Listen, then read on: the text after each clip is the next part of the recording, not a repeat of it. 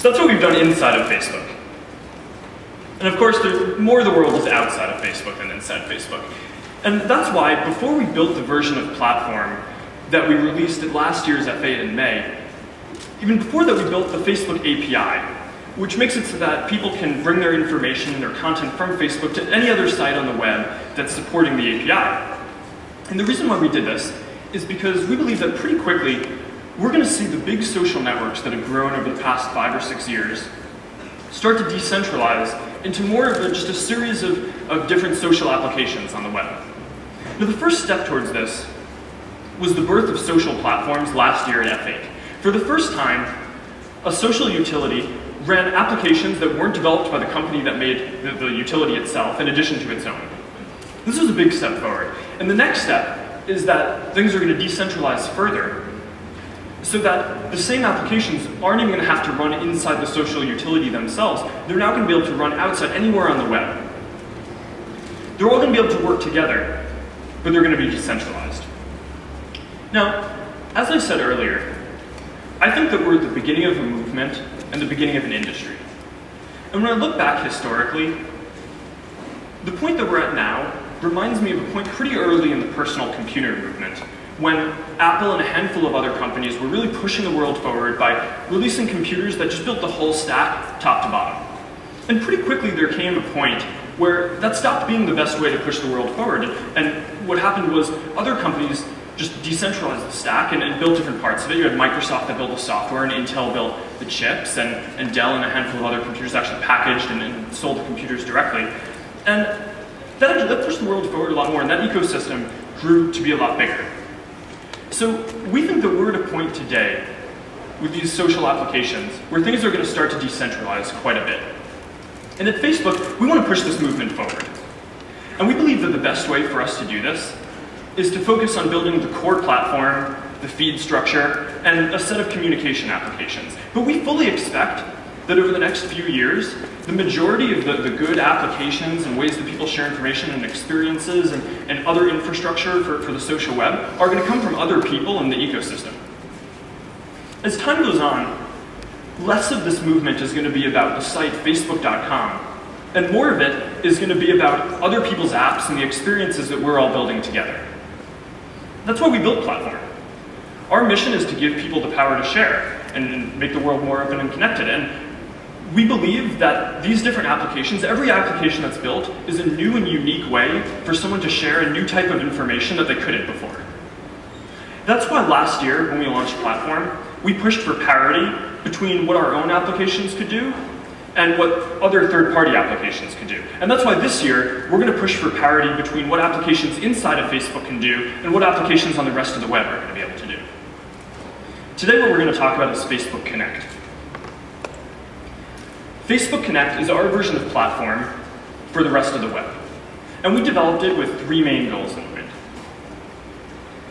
The first was to enable developers to build all the same kinds of applications that they can inside of Facebook, now outside Facebook on the rest of the web. All the same hooks, all the same access to information, access to the feed structure, the same type of applications. The second goal is to make it so that people can use their information and their content and their friend connections anywhere that they want on the web. And the third is that while we're doing the second, we want to make sure that people have control of their information wherever they choose to use it. So let's take a look at how this works.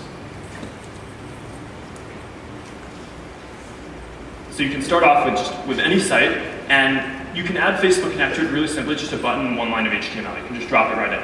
And someone can come to your site and they click on this, and it just pops up a very simple dialog for them to log in, and now they're connected. Now, once they're connected, a person's going to be able to have access to all of their information and friend connections from inside Facebook. So you can start off, we can look at just the basic information, the basic identity components that people have, their name, their picture, that's going to be there. There's going to be some more advanced information from the person, everything in their profile, some content, photos, events, different things like that. And what's important is that in addition to all this information coming from Facebook, the privacy controls are also coming with it. So different people can see different things, even on your site. So So a friend, for example, might be able to see all of a person's information and photos and events, but someone who's just a coworker might only be able to see a little bit, and someone who's a stranger might be able to see even less. So in addition to all this information, the person can also bring their connections and their friends with them. So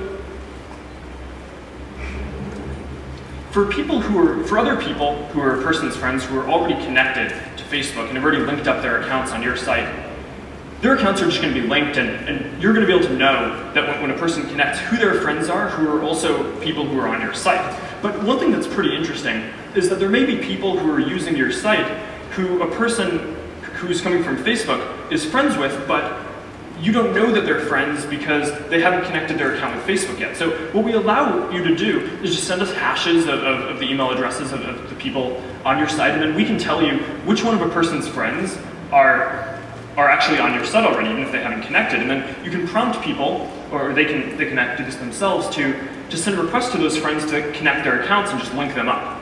And this is really powerful, right? Because it makes it so that all of the different people who are using your site can have their accounts linked from Facebook to your site and have all of their friendships linked. So that all the information, both from Facebook and information and the sharing that's going on your own site, can be surfaced to people. So in addition to information from Facebook, people are also going to be able to share information back with their friends on your site and on Facebook. So let's say someone writes a post. You can get the same type of forms to give people just the complete control over how they want this to show up on their profile. They get full, short, one line, same types of things. They have complete control. They click publish, it goes to their profile, and their Christmas is ruined. I'm kidding.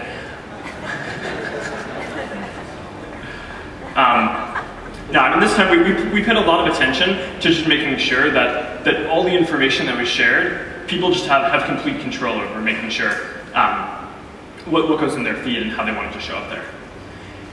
Learn from last time. In addition to all that, we also want to make it as easy as possible to develop different applications outside the web, outside Facebook on the rest of the web. So we have a number of tools that are available to platform applications inside Facebook that we're also making available outside. So one example is just the standard request interface if people want to send requests to each other to engage in some way, or this FB comments interface to make it so that people can just have a really easy interface to comment on different content and have that sync back with Facebook. So these are a number of the components that are going into the first version of Facebook Connect that we have. And let's take a look at what happens when you put them all together. To do this, we have a bunch of different partners who we're working with for launch, and I'd like to have them come up and show you some of what they've done. So the first is going to be a demo or a walkthrough of the implementation from Dig, led by Joe Stumpf. So.